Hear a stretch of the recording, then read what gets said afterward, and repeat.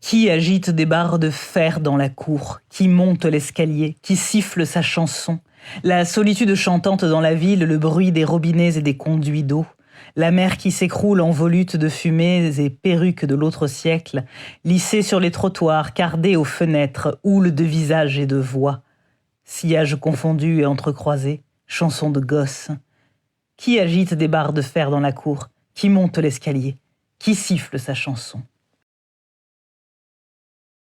Le Front populaire triomphe, le Négus quitte l'Abyssinie, le roi Fouad est mort. Un jour, tous ces événements s'accorderont aux yeux de l'historien, comme on y raccordera la prochaine éruption du Vésuve.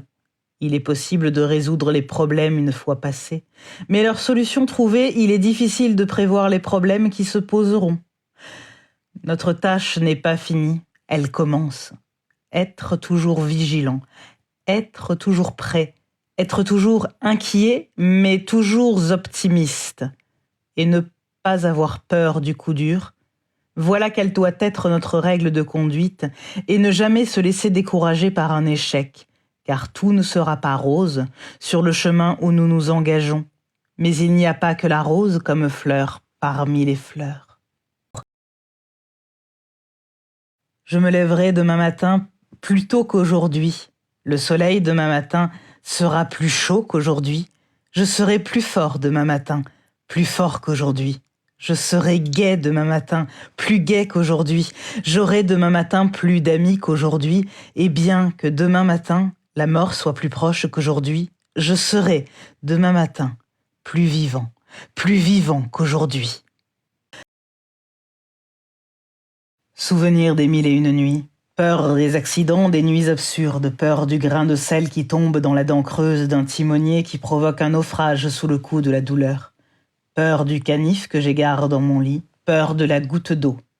Mais pas peur devant l'orage, devant la tornade, devant l'océan. Pas peur devant un couteau. Tout homme a un petit Haroun al-Rachid dissimulé dans la cervelle.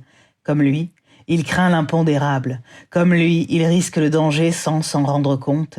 Comme lui, il voudrait tout voir sans être vu, et tout reformer à sa guise. Le gosier sec et les tempes mouillées, comment crier, hurler, dire le mot, le simple mot de passe. Mais secouer la grille, tendre le poing et serrer la gorge, c'est encore possible.